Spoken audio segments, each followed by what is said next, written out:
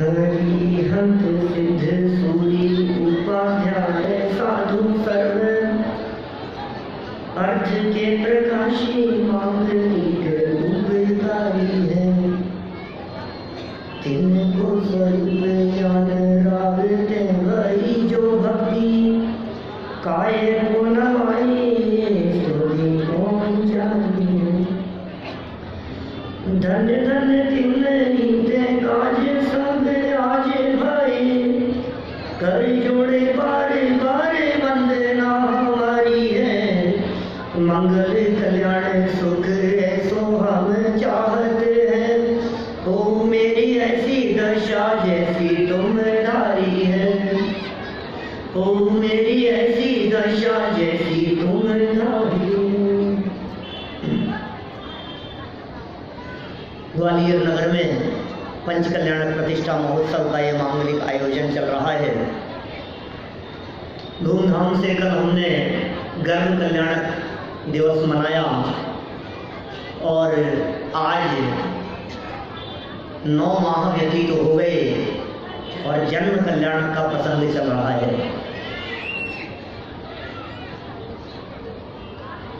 तीर्थंकर बनने वाले जीव या तो स्वर्ग से आते हैं या नरक से आते हैं। स्वर्ग में तो कहीं से भी आ सकते हैं। वैमानिक देवों में स्वर्ग बोला है मैंने, देवगति नहीं बोला है। देवगति और स्वर्ग में भी फर्क है।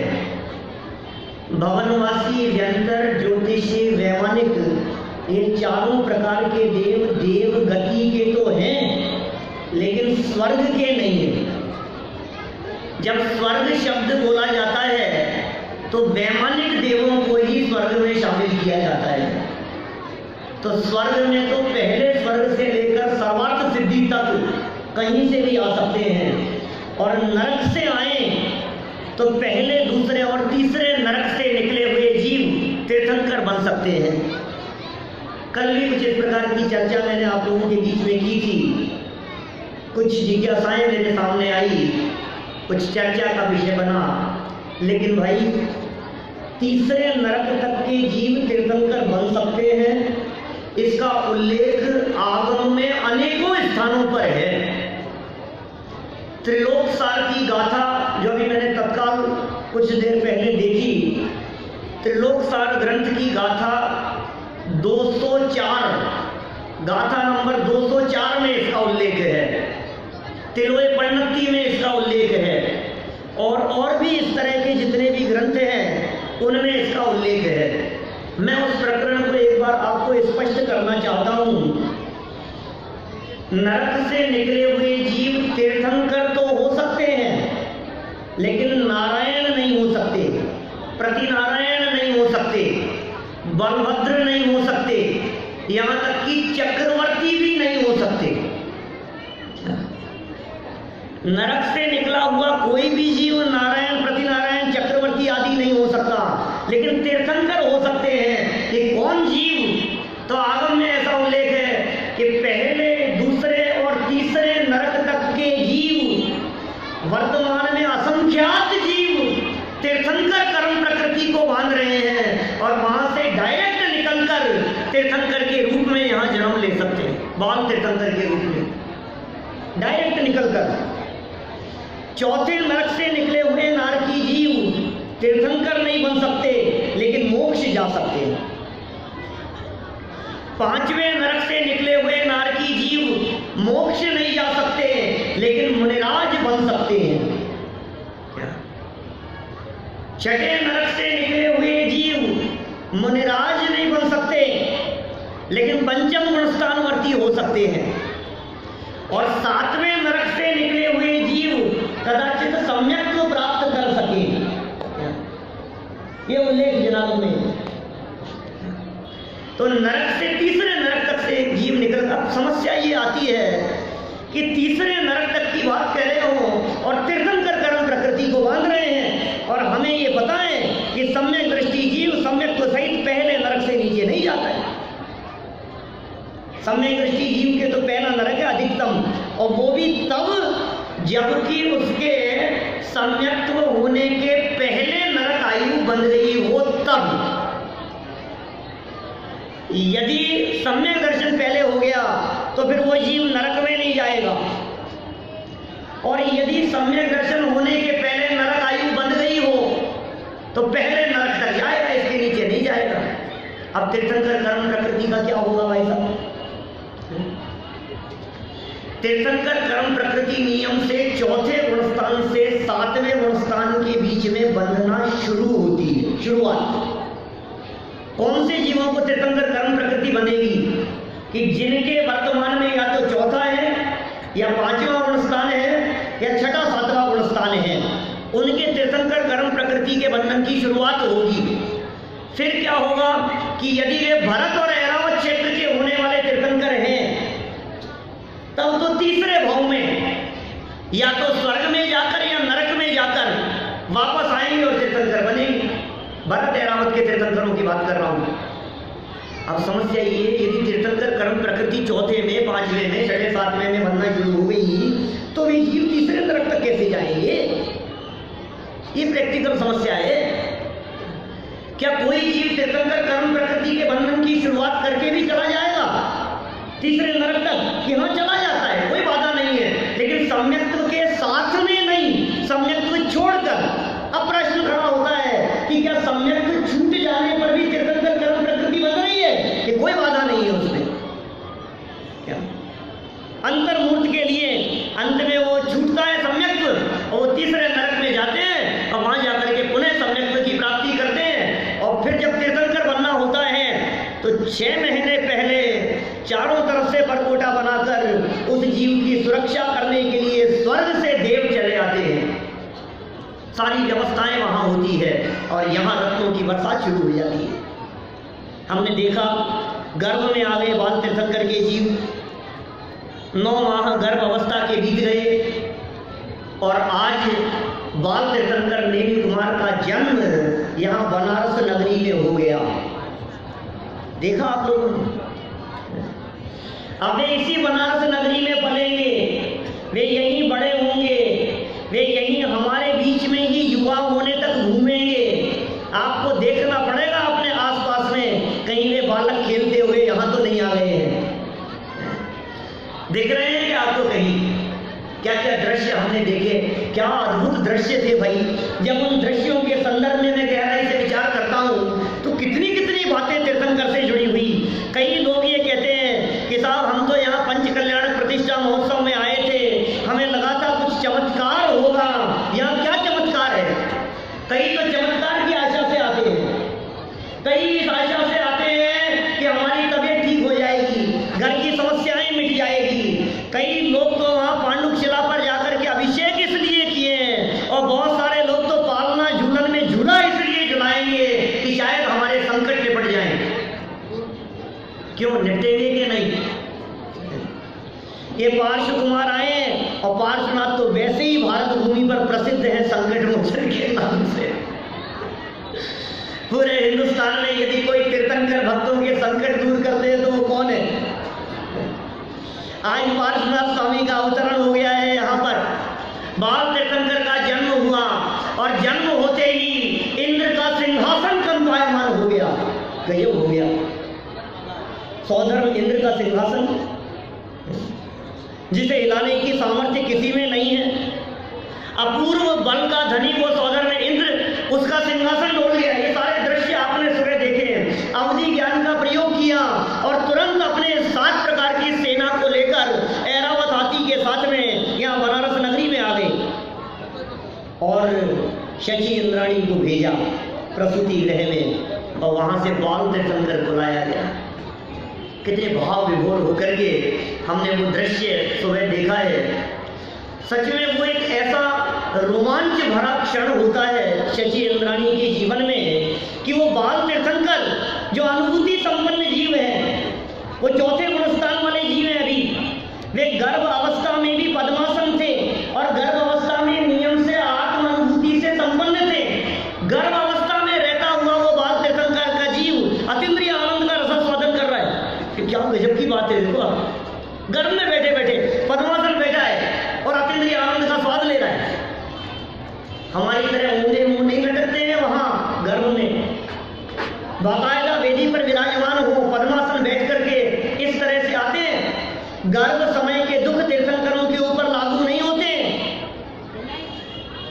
माता का पेट उधर नहीं बढ़ता है। जब गर्भ में बाल तीर्थंकर के जीव होते हैं तो जन्म हुआ, और क्या अनुभूति संपन्न जगत के जीवों को धर्मोपदेश देने वाले ऐसे बाल तीर्थंकर का सर्वप्रथम यदि दर्शन करने का अवसर किसी को मिला तो शची इंद्राणी को, और मानो उसकी वो स्त्री पर्याय धन्य हो गई। और इसके फल में क्या होगा, अनुभूति संपन्न उस अवस्था को देखा जो कैसे सौम्य मुद्रा दिखती होगी उस बाल तीर्थंकर की। वो बाल तीर्थंकर अनुभव कर रहे हैं, वो अनुभव में डूब रहे हैं, और उन्हें देखकर ये शची इंद्राणी को आत्मानुभूति ख्याल में आ रही है। दृष्टि है उधर, नेत्र खुले हैं बाल तीर्थंकर की तरफ, और उन्हें देख करके दृष्टि स्वभाव सम्मुख करने की भावना जागृत होती है, और ऐसी पुण्य प्रकृतियां बनती है कि आगामी भाव में जन्म लेकर वो शची इंद्राणी नियम से मोक्ष जाने वाली होगी। सौदर में इंद्र महाराज कल्याण बनाने के लिए आएंगे। कल शायद उल्लेख किया था मैंने, 40 नील इंद्राणियां, 40 नील तो शची प्रमुख, और ऐसी शची जैसी प्रमुख एक नहीं 8 होती है। लाखों की संख्या में एट ए टाइम देवांगनाएं होती है, और जिनमें जो प्रमुख 8 है ना पंडित साहब, वे प्रमुख 8 की 8 है, तो 40 नील नहीं होगी, 40 नील मल्टीप्लाई बाय 8। क्या समझ में आती है? ये सब की सब अगले भाव में जाकर के वो मोक्ष जाने वाली होती है। हिसाब ऐसी कैसे हो जाएगा, इतनी सारी इतनी बदल जाती है कि हाँ, शची इंद्राणी की आयु 5 पल्ले की। थोड़ा सा गणित समझ लो, उपयोग को एकाग्र करके। इंद्राणी की आयु पहले स्वर्ग में, पहले दूसरे स्वर्ग में आयु कितनी है, 5 पल्ले की, सिर्फ 5 पल्ले। अभी इतना समझना, पल्ले कोई चीज है, 5 पल्ले की आयु है। और सौदर में इंद्र की आयु कितनी है, 20 कोड़ा कोड़ी पल्ले, नहीं 40 कोड़ा कोड़ी पल्ले। क्या कहा, नहीं समझ में आई, क्या बात कर रही है, पता नहीं कौन सी गणित बता रहे हो आप। 40 कोड़ा कोड़ी पल्ले, 2 सागर सुना है साहब हमने तो शास्त्र में, तो 2 सागर ही तो बता रहा हूं। 2 सागर को मैंने दूसरे रूप में कह दिया। एक सागर होता है 20 कोड़ा कोड़ी पल्ले का, क्या, और 2 सागर की आयु है भाई 10 कोड़ा कोड़ी पल्ले का। सुनना, एक सागर कितना, 10 कोड़ा कोड़ी पल्ले का, और डबल है 2 सागर की आयु है सौदर इंद्र की। राकेश जी साहब, 20 कोड़ा कोड़ी पल्ले की आयु हो गई सौदर इंद्र की, क्योंकि दो सागर की आयु है। अब 20 कोड़ा कोड़ी पल्ले, और शची इंद्राणी ये मात्र 5 पल्ले की आयु है, ओनली 5 कोड़ा कोड़ी नहीं। अब 5 पल्ले व्यतीत हुए और शची इंद्राणी बदल गई, वो मनुष्यवास हो गया उनका, स्वर्गवास तो कहेंगे नहीं। शची इंद्राणी का स्वर्गवास नहीं होगा, या मनुष्य गति के जीवों का तो स्वर्गवास कहलाता है। वे तो पहले से ही स्वर्ग में है, वहां आयु पूरी होकर वे मनुष्य भाव में आ गई, और मनुष्य भाव में आकर आत्म कल्याण पूर्वक दीक्षा लेकर के मोक्ष चले जाएं। वहां दूसरी शची, 5 पल्ले दूसरी शची रही, फिर 5 पल्ले बाद में उनका निर्वाण, फिर तीसरी शची इंद्राणी आ गई। 5 पल्ले की कितनी, कि 20 कोड़ा कोड़ी पल्ले जो थे उसमें 5 का भाग दो, तो 40 नील शची इंद्राणियां बदल जाती है सौदर में इंद्र के जीवन काल में। इसका मतलब सौदर इंद्र से कितनी ज्यादा भाग्यशाली हुई है शची इंद्राणियां, उनसे पहले मोक्ष जाने वाली होती है। ये किसके फल में, फिर सौदर में इंद्र आ गए, बाल तीर्थंकर को देखा, हरि ने नेत्र 1000 बनाए, 1008 नेत्र बनाकर बाल तीर्थंकर के रूप सौंदर्य को देख रहा है। वो बाल तीर्थंकर के रूप सौंदर्य को देख रहा है, सारा जगत बाल तीर्थंकर के स्वरूप को देख रहा है। और सच बताओ, वे बाल तीर्थंकर किसे देख रहे हैं, वो भी देख रहे होंगे, सौदर इंद्र मुझे देख रहा है। आप किसी बालक को ऐसे उठाओ गोदी में है, और हम बालक को देख रहे हैं, तो बालक भी हमें देख रहा है ना। वो 1008 नेत्र बना करके बालक को देख रहा है, और बाल तीर्थंकर उसे देख रहे हैं कि नहीं। अरे बाल तीर्थंकर उसे देखते हुए के काल में भी मानो पलक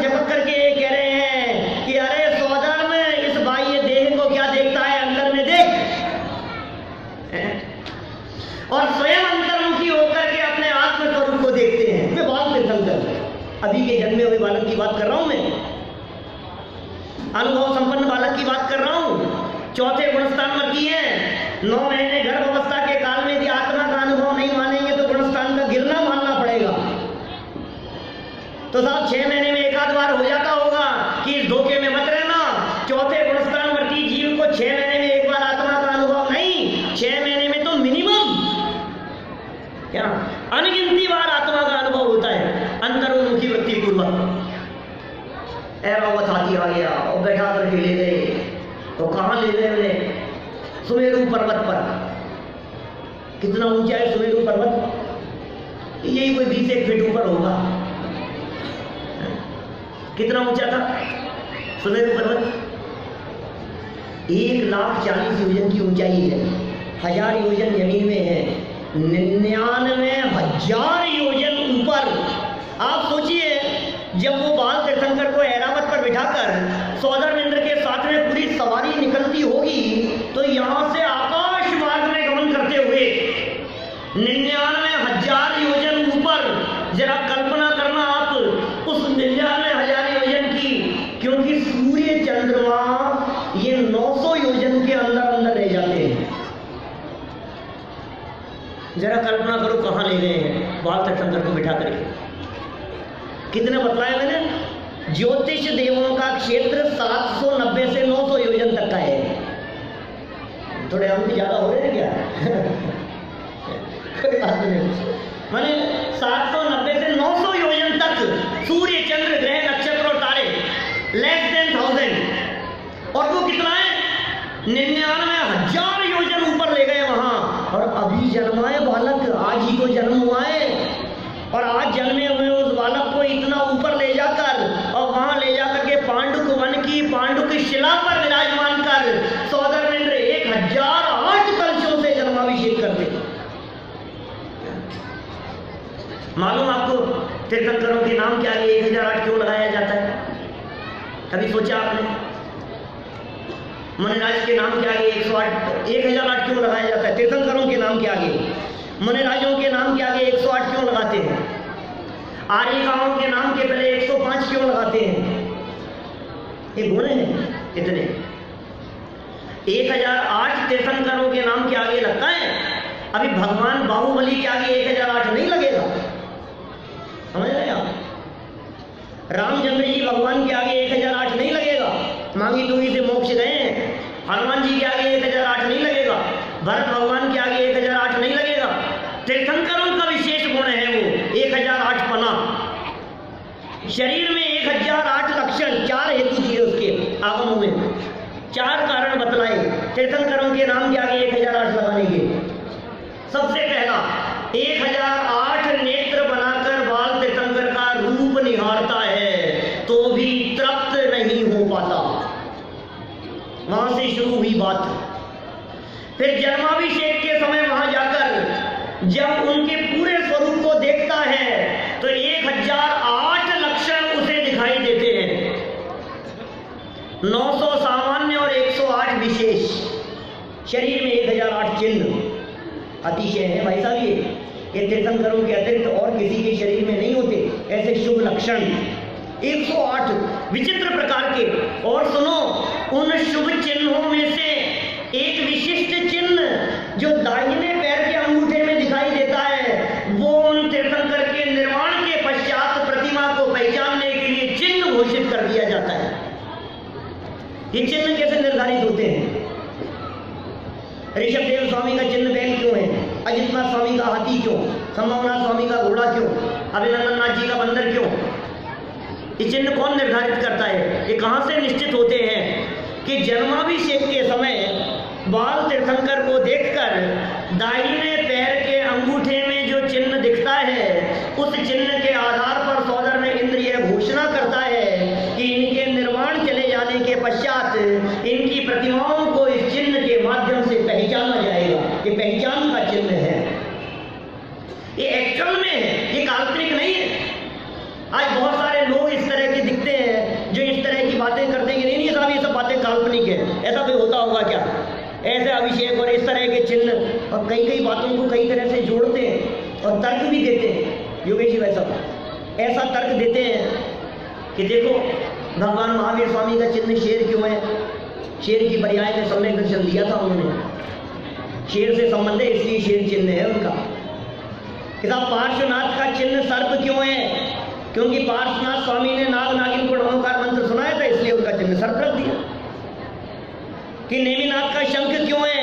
कि उन्होंने नारायण श्री कृष्ण के शंख को बजाया था, इसलिए उनका चिन्ह शंख हो गया। कि आदिनाथ का बैल क्यों है? कि हमने ऐसी कथा सुनी है कि वो दीक्षा के प्रसंग पर वो बैल के सींगों में वो गुड़ की भेली ऐसी प्रतिज्ञा लेकर के निकले थे, तो उनका चिन्ह बैल हो गया। क्यों? इस तरह की बातें मिलाने वाले लोग भी कई जगत में मिलते हैं, लेकिन नहीं भाई, ऐसा नहीं है। ये वास्तविक स्थिति है। 1008 शरीर में चिन्ह, 1008 नेत्र और 1008 कलशों से जन्माभिषेक, 3 हेतु हो गए। और चौथा 1008 नामों से स्तुति, वो केवल ज्ञान हो जाने पर। जब केवल ज्ञान हो जाएगा तो 1008 नामों से स्तुति करेंगे। अरे क्या गजब स्वरूप होगा वो भी, सभी सार्थक नाम। कौन सा नाम कहें? ब्रह्मा, विष्णु, महेश, शिव, शंकर, महादेव, तुम्हें जो नाम देना हो, जिसने राग द्वेष काम आदि की जीते, सब जग जान लिया। सब जीवों को मोक्ष मार्ग का निष्प्रय हो उपदेश दिया। बुद्ध, वीर, जिन, हरि, हर, ब्रह्मा, स्वाधीन, अरे कुछ भी नाम दो ना, क्या फर्क पड़ता है? सब सार्थक नाम है। उनकी उपयोगिता बतलाई। भक्तामृत स्तोत्र के अंदर एक श्लोक दिया, बुद्धस्त्वमेव विबुधार्चित बुद्धि बोधात् त्वं शंकरोऽसि भुवनात्रय शंकरत्वात्। तुम ही शंकर हो, तुम ही बुद्ध हो। हे भगवान, आप ही विधाता हो। धाता सिद्धीर शिव मार्ग विधेर विधानात् व्यक्तम त्वमेव भगवन पुरुषोत्तमोसि। आप ही पुरुषोत्तम हो, आप ही नारायण हो, आप ही ब्रह्मा हो, आप ही शंकर हो, आप ही बुद्ध हो। ये क्या क्या नाम दिए हे भगवान आदिनाथ स्वामी आपको। ये तीर्थंकरों के नाम है, सब सारे के सारे सार्थक नाम। बुद्ध क्यों है? बृहस्पतियों के द्वारा पूजी जाने वाली है बुद्धि जिनकी, ऐसे होने से आप बुद्ध हैं। आप ही शंकर हो, भुवनत्रय शंकरत्वात्, तीनों लोकों में शांति करने वाले होने से हे जिनेंद्र देव, आप ही शंकर हैं। आप ही विधाता हैं मुक्ति के मार्ग को बताने वाले होने से। आप ही पुरुषोत्तम हैं, आप ही नारायण हैं। अरे एक स्थान पर तो ऐसे ऐसे प्रयोग मिलते हैं, हे जिनेंद्र देव आप कैसे हैं? आप अर्धनारीश्वर हैं। अर्धनारीश्वर है, ऐसे प्रयोग। भगवान अर्धनारीश्वर तो महादेव जी के लिए पुकारा जाता है ना। आधे अंग में जिन्होंने नारी को बसा रखा है, आधा महादेव जी का, आधा स्त्री का, अर्धनारीश्वर तीर्थंकर का पर्यायवाची है। 1008 नामों में एक नाम है। बोलो कुबेर जी, आपको तो पता होगा, आप तो हमेशा साथ रहते हैं सौदरविंद्र के। 1008 देखो, अर्धनारीश्वर कैसे व्याख्या की उसकी, अर्ध नय अरि ईश्वर। जगत में इस जीव के अरि 8 है। अरि माने शत्रु।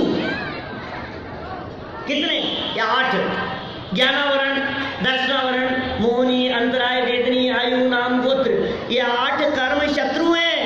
ये 8 शत्रु हैं इस जीव के, और इन 8 शत्रुओं में से अर्ध, आधे नय अरि, जिनके नहीं है ऐसे ईश्वर, वे अर्धनारीश्वर हैं। 4 घातिया कर्म नाश हुए ना, 8 में से 4 चले गए। ऐसे ऐसे नाम 1008 नामों से स्तुति करता है। वहां 4 हेतु हुए, इसलिए 1008 लगाया जाता है। सबके उल्लेख है इस तरह से।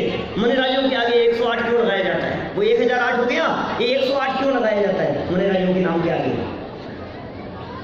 108 प्रकार के गुण हैं। 12 तप, 10 धर्म, 5 आचार, 3 गुप्ती। ठीक है ना? 12 तप, 10 धर्म, 5 आचार, 3 गुप्ती। और 5 महाव्रत, 5 समिति, 5 इंद्रिय विजय, 7 शेष गुण, 12 प्रकार के भावनाएं, 16 कारण भावनाएं और 22 प्रकार के परिचय जय, इन सब का टोटल 108 होता है भाई साहब।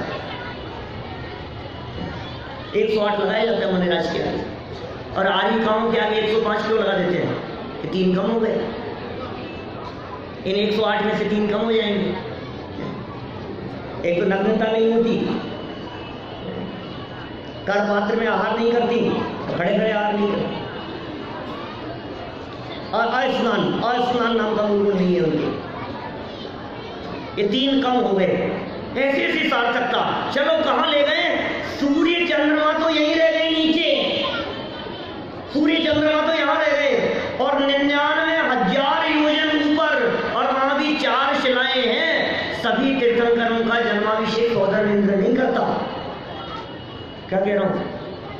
हाँ, लेकिन भरत क्षेत्र के सब तीर्थंकरों का जन्माभिषेक सौधर्मेंद्र द्वारा होता है। वहां पांडुक वन में चारों तरफ 4 जिनालय हैं। सुमेरु पर्वत के टॉप की बात कर रहा हूँ, शिखर की बात कर रहा हूँ। चारों तरफ 4 जिनालय हैं और विदिशाओं में शिलाएं हैं। पांडुक शिला, पांडु कंबला शिला, रक्त शिला, रक्त कंबला शिला। पांडुक शिला पर भरत क्षेत्र के तीर्थंकरों का जन्माभिषेक, पांडु कंबला शिला के ऊपर पश्चिम विदेश क्षेत्र के तीर्थंकरों का जन्माभिषेक, रक्त शिला जिसका दूसरा नाम रत्न शिला भी मिलता है, उस पर ऐरावत क्षेत्र के तीर्थंकरों का जन्माभिषेक, और रक्त कंबला शिला इस पर पूर्व विदेश क्षेत्र के तीर्थंकरों का जन्माभिषेक होता है। एक पर सौधर्मेंद्र, एक पर ईशान इंद्र, एक पर सनत कुमार, एक पर महेंद्र।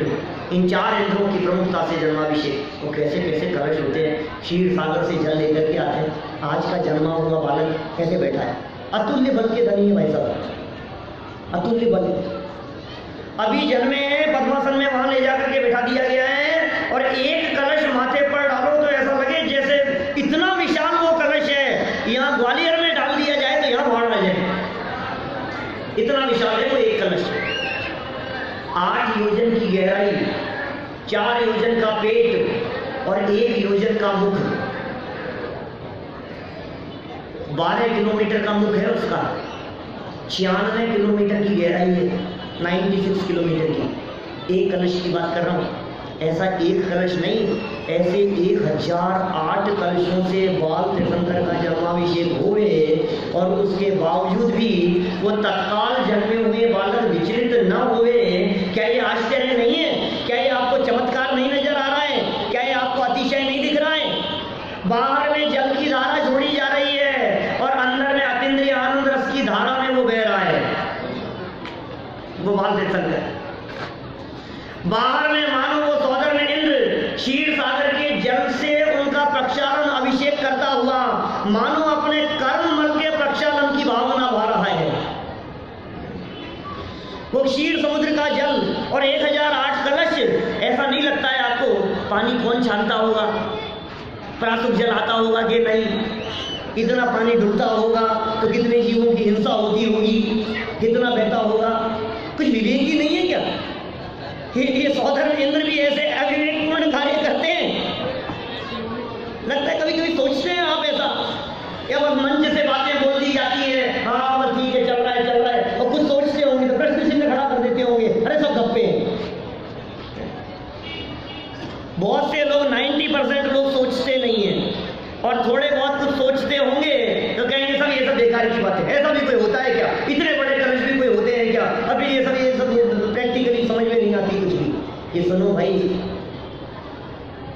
लवण समुद्र, कालो नदी और स्वयंभू रमण समुद्र, इनमें तो जलचर जीव होते हैं, लेकिन ये जो 5वां समुद्र है ना, क्षीर समुद्र, दुग्ध जैसी मिठास और चंद्रमा की किरणों से निर्मल, ऐसा वहां का जल जलचर जीवों से रहित होता है।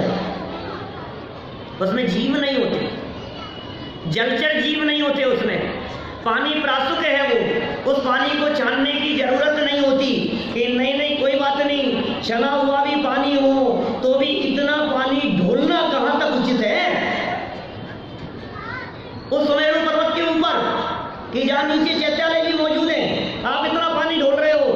डुलता कहाँ है कि नीचे तक बह जाता होगा इतने कलशों से कि क्या बात कर रहे हो आप।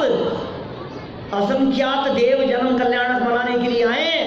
एक एक बूंद भी यदि अपने मस्तक पर डाले तो एक गिलास पानी या एक लोटा पानी भी नीचे न गिरे। असंख्यात देव हैं, लेकिन उस मेरू पर्वत के शिखर पर बाल तीर्थंकरों का अभिषेक होने के कारण मानो वे सुमेरु पर्वत भी पूज्य हो गए हों। और हमारे ग्रंथकार तो ऐसा कहते हैं, तीर्थंकरों के नवन जलते भय तीर्थ सर्वदा, ताते प्रदक्षिण देत सुरगन पंच मेरुन की सदा। पांचों मेरू पर्वतों की मानो ये सूर्य चंद्रमा ये क्यों प्रदक्षिणा दे रहे हैं। सोचना जरा गंभीरता से इन विषयों के संदर्भ में। क्या बातें हैं यार, कैसा स्वरूप है ये बाल तीर्थंकरों के जीवन में। वो जन्म से 10 अतिशय दिखते हैं। सारे जगत में चमत्कार चमत्कार चमत्कार की महिमा आती दिखती है। चमत्कार की महिमा है, चमत्कार की महिमा है। अरे तीर्थंकरों का जीवन अपने आप में चमत्कार है। और तुझे बाह्य चमत्कारों की महिमा आ रही है, अंदर चैतन्य चमत्कार की महिमा नहीं दिखाई देती है। क्योंकि ये बाह्य जितनी भी पुण्य का उदय दिखाई देता है, ऐसा पुण्य उसके बनता है जिसने अंदर में अपने चैतन्य रत्न को देखा हो। अंदर में अनंत गुण जिसकी दृष्टि में आए हों, जिसके उपयोग में आए हों, अनंत गुणों का अभेद अखंड स्वाद जिसने लिया हो, उसके ऐसी पुण्य प्रकृतियां बनती है जिसके कारण सारी व्यवस्थाएं स्वर्ग से होती है। अरे जन्माभिषेक के बाद लौट करके आएंगे, और जब लौट करके आएंगे तो फिर यहाँ दरबार में आकर सौदर में इंद्र दरवाजे पर खड़ा होकर तांडव नृत्य करता है।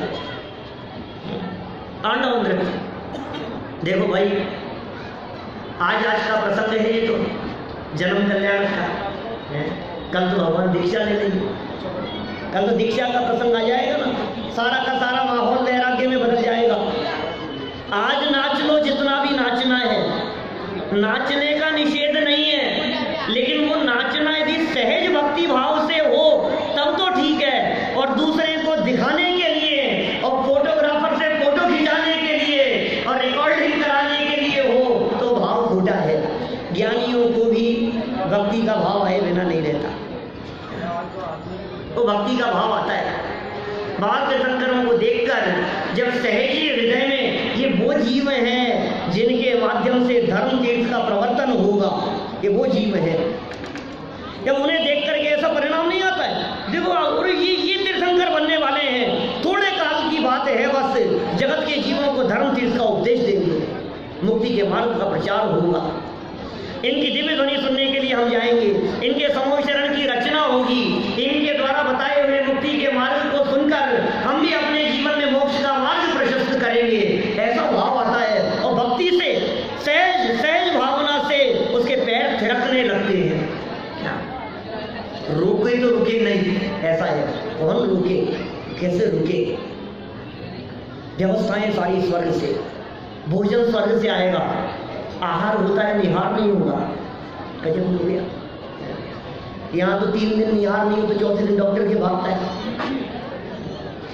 2 दिन यदि पेट साफ नहीं होना तो तीसरे दिन बेंजी है डॉक्टर साहब, कोई दवाई ऐसी पेट साफ के लिए। उनका पेट साफ नहीं होता कभी तीर्थंकरों का। अरे ऐसे उल्लेख हैं कि जिनकी जठराग्नि तेज होती है, उनकी जठराग्नि द्वारा ग्रहण किया गया सारा का सारा आहार इस तरह से भस्मीभूत हो जाता है कि मलमूत्र रूप से निकलने के लिए कुछ अवशेष ही नहीं बचता है। सारे आगम आधार से बात कर रहा हूँ, एक एक प्रमाण है मेरे पास में। जो वाक्य मेरे द्वारा बोला जा रहा है, यदि आपको किसी भी वाक्य में शंका हो, उस वाक्य का आगम प्रमाण निकाल करके आपको बताऊंगा। हर वाक्य की बात कह रहा हूं। जठराग्नि इतनी उत्कृष्ट होती है कि सारा का सारा भोजन, पसीना नहीं आता, ना ही पसेव निहार नहीं होता। भोजन ग्रहण करे, पसीना किसको आता है? पसीना आना तो कमजोरी का प्रतीक है भाई साहब। जीवन भर पसीना नहीं आता। ये अतुल्य बल के धनी होते हैं। दूध के समान सफेद खून अंदर में बह रहा है, अंदर रगों में सफेद खून बह रहा है। ये बात भी कुछ गले नहीं उतरती, लेकिन इसका भी मनोवैज्ञानिक कारण है। सुना होगा आपने कई बार अरे जिन माँ के गर्भ में बालक का जन्म होने वाला हो, बालक आ जाए, तो जैसे ही उस बालक का जन्म होता है तो बालक का जन्म होते ही सारे शरीर में रक्त बह रहा है, लेकिन सहजी वात्सल्य के कारण स्तनों में दूध रूप परिणमित होकर के दूध निकलने लगता है। एक छोटे से बालक के प्रति वात्सल्य का परिणाम है माँ के हृदय में, और स्तनों से शरीर में बहता हुआ खून भी, वो रक्त भी दूध रूप परिणमित हो गया। तो जिनके हृदय में 3 लोक के जीवों के प्रति वात्सल्य का भाव हो, करुणा का भाव हो, उनके देह में बरतता हुआ पूरा का पूरा रक्त यदि सफेद हो जाए तो कौन से आश्चर्य, कितना वात्सल्य का परिणाम सर्व जगत के जीवों के प्रति। 3 विशेषताएं बताई थी ना। 16 कारण भावनाओं में 3 भावनाएं ऐसी हैं जो भावनाएं मुख्य रूप से तीर्थंकर धर्म प्रकृति के आचरण का कारण बनती है। धर्म प्रभावना, दर्शन विशुद्धि तो प्रमुख है ही, सम्यक दर्शन, एक वात्सल्य और एक प्रभावना, सबके प्रति वात्सल्य का भाव, सबके प्रति। अब वे बालक, अब भोजन वहां से आएगा स्वर्ग से, अब वस्त्र वहां से आएंगे, कपड़े भी वहां से आएंगे, और ये बाल तीर्थंकर 3 ज्ञान के धारी है, मति ज्ञान, श्रुत ज्ञान और अवधि ज्ञान, 3 ज्ञान के धारी ये बालक यहाँ बैठे हुए हैं, विराजमान हैं और खेल रहे हैं, बच्चों के साथ में खेल रहे हैं। कितने लंबे काल तक चले गए जन्म कल्याण का प्रसंग? 30 वर्ष तक। गर्भ कल्याण का दिन 9 महीने का 1 दिन, जन्म कल्याण का दिन जन्म से लेकर जब तक दीक्षा न हो जाए तब तक का काल जन्म कल्याण का काल कहलाता है। पार्श्वनाथ स्वामी के प्रसंग में यदि हम बात करें तो ये जन्म कल्याण का काल 30 वर्ष का, और यदि इस प्रसंग को हम ऋषभदेव स्वामी की तुलना में देखें तो कितना लंबा काल है, 83 लाख पूर्व तक का वो काल है जो कि जन्म का काल है। अब इसी जन्म कल्याण के दिन कितनी चर्चाएं ऋषभदेव के संदर्भ में चर्चा करो तो खाना पीना खेलने कूदने से लेकर शादी विवाह भी होंगे, बच्चे भी होंगे, राजपाट भी होगा, राज्याभिषेक भी होगा, वे सारी बातें। लेकिन यदि पार्श्वनाथ स्वामी के संदर्भ में बात करें तो बाल ब्रह्मचारी थे, तो भी 30 वर्ष की उम्र तक का तो काल बिताया है उन्होंने यहाँ। कैसी परिणति रहती होगी उनकी 30 साल तक, बोलो। कल तो हम दीक्षा की चर्चा करेंगे आपके बीच में कि 30 साल तक उनका जीवन कैसा रहता होगा। पूजन की एक पंक्ति आती है, भय जब अष्टम वर्ष कुमार, धरे अनुव्रत महासुखकार। 8 वर्ष के बालक होते हैं, क्योंकि सम्यक दर्शन तो पिछले जन्म से ला रहे हैं, 3 ज्ञान तो नियम से पिछले ज्ञान से। ऐसा कहा जाता है तीर्थंकर के जीवों को भाव प्रत्यय नाम का अवधि ज्ञान होता है। क्या भाव प्रत्यय अवधि ज्ञान? किसान ये तो देवों और नारकियों को होता है। यहाँ भाव प्रत्ययो अधीर देव नारकाणम, देवों और नारकियों के अतिरिक्त तीर्थंकर के जीवों के भी भव के निमित्त से अवधि ज्ञान पाया जाता है। पिछले जन्म से लेकर के आए, स्वर्ग से आए थे तो वहां भी अवधि ज्ञान था, मति श्रुत अवधि था। नरक से आए होंगे तो भी मति श्रुत अवधि ज्ञान होगा, और यहाँ गर्भ में भी मति श्रुत अवधि और जन्म लेने पर भी मति श्रुत अवधि। लेकिन जबरदस्ती प्रयोग नहीं करते इस तरह का। चलो पढ़ाता लिखाता कौन होगा उनको? अब 6 महीने के हो गए, साल भर के हो गए, 1.5 साल के हो गए, तो फिर स्कूल पाठशाला में पढ़ने के लिए जाएंगे कि नहीं? कोई तो पढ़ाने वाला होगा उनको। स्वयं बुद्ध होते हैं। अरे क्या बात करते हो आप, कोई उनको पढ़ाए? अरे उन्हें देखने मात्र से शंकाओं का निवारण हो जाए, ऐसी विद्याओं से संपन्न होते हैं। महावीर चरित्र में एक उल्लेख मिलता है, 2 चारण रिद्धिधारी मुनिराज संजय और विजय नाम जिनका, तत्व के संदर्भ में उठ गई शंका और उन्हें विकल्प खड़ा हुआ। ऐसी कुछ चर्चा आदरणीय योगेश जी भाई साहब ने भी की थी अभी पूर्व प्रवचन में। मैं उसका प्रमाण दे रहा हूं, उसकी कहानी सुना रहा हूं मैं, जो बात इनने कही। संजय और विजय नाम के दो चार नृत्यधारी मुनिराज तत्व के बारे में जिज्ञासा खड़ी हो गई। बोले इसका समाधान कौन करेगा? बोले बालक वर्धमान ही ऐसे हैं इस धरातल पर अभी तो कि जो इस शंका का समाधान कर सकते हैं, और तो कोई समाधान करने वाला दिखता नहीं है। तो फिर क्या करें कि चले वहां? तो वही समस्या, आमना सामना कैसे होगा? आमना सामना हो तो अभिवादन तो होगा ना, बिना अभिवादन की शुरुआत कैसे होगी चर्चा की? हम तो संयमी हैं, हम तो मुनिराज हैं, हम उनको वंदन कर नहीं सकते, और वे तीर्थंकर होने वाले जीव हैं, वे तो नमोकार मंत्र भी नहीं बोलते। एक प्रसंग और यहां कह देना चाहता हूं बीच में, पार्श्वनाथ स्वामी के संदर्भ में ही, कि नाग नागिन को नमोकार मंत्र सुनाया था कि नहीं सुनाया था? आप भी बताओ।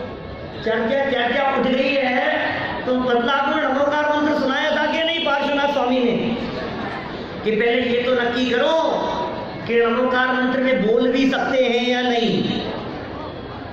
पहले ये तो नक्की करो कि जिस नमोकार मंत्र को तुम बोल रहे हो, इस रूप में नमोकार मंत्र पार्श्वनाथ स्वामी के काल में था भी या नहीं।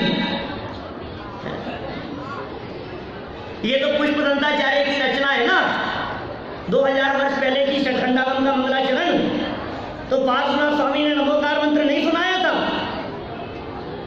अरे दीक्षा लेते समय भी ओम नमः सिद्धेभ्य कहकर के दीक्षा नहीं लेते, क्योंकि ओम शब्द के उच्चारण में पंच परमेष्टि गर्भित हो जाते हैं। नमः सिद्धेभ्य कहकर के दीक्षा अंगीकार करते हैं, ओम भी नहीं बोलते। वे कैसे नमोकार मंत्र सुना सकते हैं? सोचना गंभीरता से। तो फिर क्या हुआ? किताब वो धर्मेंद्र पद्मावती नहीं आए थे क्या? फिर ऐसा नहीं हुआ था क्या? वो बन गए थे नाग नागिन के जीव, कहानी तो मिलती है पूरी। ये सब जन्म कल्याण का प्रसंग है। सुनाया तो था, लेकिन नमोकार मंत्र नहीं, कुछ भी तत्व की बात सुनाई होगी। अरे जो भी तत्व की बात सुनाएंगे, उस तत्व की चर्चा में पंच परमेष्टि गर्भित हो जाते हैं। इसलिए उपचार से प्रथमानुयोग ने भी ऐसा कथन किया हो कि नमोकार मंत्र सुनाया, तो हमें उससे कोई विरोध नहीं है। लेकिन सच्चाई है कि नमोकार मंत्र शब्द का उच्चारण उनके माध्यम से हो सकता नहीं। तो बात क्या चल रही थी अपनी? कौन गुरु होगा? दोनों चार निधिधारी मुनिराज भगवान महावीर स्वामी, वो हमें वंदन नहीं करेंगे, हम उन्हें वंदन नहीं कर सकते। अब क्या करें बोलो? अब इस समस्या का समाधान क्या होगा? हमारी शंका का समाधान करने वाले तो यही दिखते हैं, या तो इनके केवल ज्ञान होने का इंतजार किया जाए, उसमें तो बरसों लगेंगे। तो एक युक्ति सूझी कि कोई बात नहीं, चलो एक काम करते हैं, उनके पास में नहीं जाएंगे, लेकिन उन्हें दूर से जाकर देख लेंगे। क्या महावीर चरित्र में लिखा है ऐसा? तो दोनों मुनिराजों ने, संजय और विजय नाम के मुनिराजों ने दूर से बालक वर्धमान को देखा, और देखने मात्र से उनकी शंका का समाधान हो गया। आप सोचिए, ये तीर्थंकर के जीव कैसे होते हैं? ये गुरुओं के गुरु हैं, ये जगत गुरु हैं। इनका कोई गुरु नहीं होता जिनके दर्शन मात्र से जगत के जीवों की शंकाओं का समाधान हो जाया करता है। ऐसे जीव होते हैं तीर्थंकर के जीव, स्वयं समाधान कारक, जिनको देखने मात्र से जगत के जीवों को उनकी अंतरंग परिणति का आभासन होता हो। उनकी अंतरंग परिणति कैसी है, क्या करते होंगे, क्या चर्चा करते होंगे, वातावरण कैसा होता होगा, जिस जगह पर बैठते होंगे वहां तत्व चर्चा का माहौल बन जाता होगा, अतीन्द्रिय आनंद की चर्चाएं चलती होगी, अपने में समझ आने की चर्चाएं चलती होगी। क्या चर्चा होगी? निर्विकल्प आत्मा की अनुभूति कैसे हो सकती है? ये सारी चर्चाएं, जितनी चर्चाएं हमने की है, ये सारी चर्चाएं सब पुण्य की चर्चाएं भैया। ये तीर्थंकर प्रकृति के साथ में बंधने वाली पुण्य की चर्चा हुई है। लेकिन सुनो, ये तीर्थंकर प्रकृति जैसा पुण्य बांधने वालों को नहीं बंधता। जिनकी दृष्टि अपने स्वभाव पर होती है, स्वभाव पर दृष्टि रखने वालों को एक तीर्थंकर कर्म प्रकृति जैसी प्रकृतियां स्वयं उनके चरणों में आकर के पड़ती है। इसलिए लक्ष्य पुण्य बंध का न रखकर लक्ष्य तो स्वभाव पर दृष्टि देने का करना, ये तीर्थंकरों का जीवन सिखाता है। ये उनकी बाह्य मुद्रा सिखा रही है।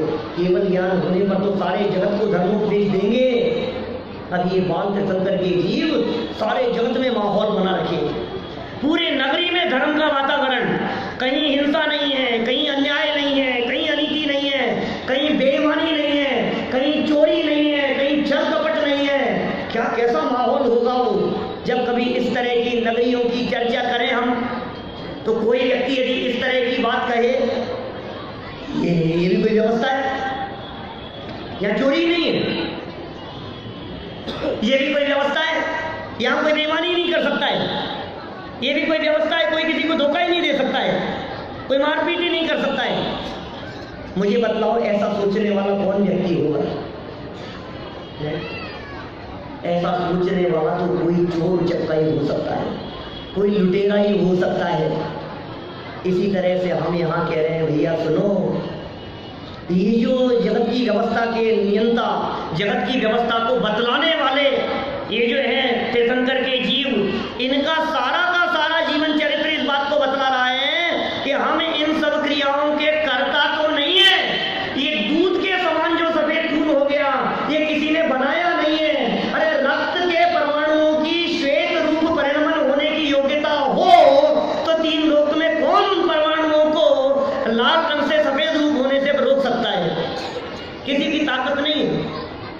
ये परमाणु सफेद रूप परिणमित हो गए, सहज ऐसा वातावरण तैयार हो गया, सहज उनके निमित्त से स्वर्ग से देव आने लग गए, सहज इस तरह के उत्सव मनाए जाने लग गए। ये सारे कार्य सहज हो रहे हैं भाई साहब। ये वस्तु व्यवस्था जिसके समझ में आती है वे तीर्थंकरों के सानिध्य में विचरण करने वाले जीव होते हैं। ये व्यवस्था हमें भी समझ में आनी चाहिए, क्योंकि अब हमारे बीच में भी बाल तीर्थंकर आ चुके हैं और हम सबका जीवन भी उन बाल तीर्थंकर के सानिध्य में परम पवित्र हो, निर्मल हो, उनकी अंतरोन्मुखी वृत्ति पूर्वक हमारी भी परिणति अंतरोन्मुखी हो। इसी भावना से मैं बात को यहीं विराम देता हूँ।